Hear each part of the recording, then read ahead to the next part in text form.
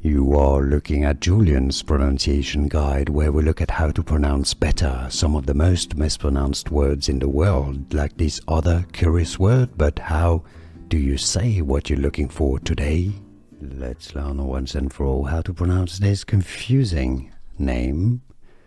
We're going to be having to learn it in Italian, in Spanish, and how you say it in English as well. So the Italian pronunciation is Mauro. It's a boy's name. It's very popular in Italy, but also in Argentina in particular. So the Spanish pronunciation is as Mauro. Mauro.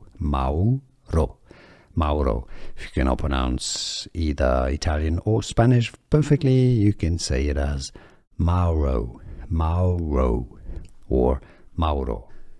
Here are more videos on how to pronounce more confusing words and names too many mispronounced. Like this video if you found it useful. I appreciate your support. I'll see you soon and thanks for watching.